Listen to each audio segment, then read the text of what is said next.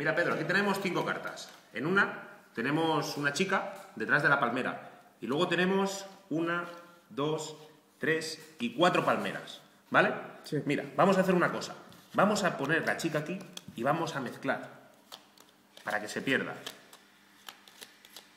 Y vamos a dejar las cartas aquí encima de la mesa. Quiero que me digas un número del 1 al 5, a ver si adivinas dónde está la chavala. El 2. El 2. ¿Por dónde quieres que empecemos? ¿Por aquí o por aquí? Por allí. Por aquí. Entonces 1 y 2, esta es. ¿De acuerdo? Sí. ¿Quieres esa, seguro? Seguro. Fíjate, levanta la carta y mira a ver qué carta es. La chavala. Chavala, oye, has tenido buena puntería, pero has tenido buena puntería porque no estaba el mago en la isla. Mira, voy a mezclar un poquito más y te voy a dejar aquí las cartas. Verás cómo ahora, con los poderes del mago, si hago así, no la vas a encontrar. Quiero que hagas lo siguiente. Pasa la primera carta de arriba abajo y esta déjala en la mesa. Ahora la siguiente, pásala de arriba abajo y déjala en la mesa.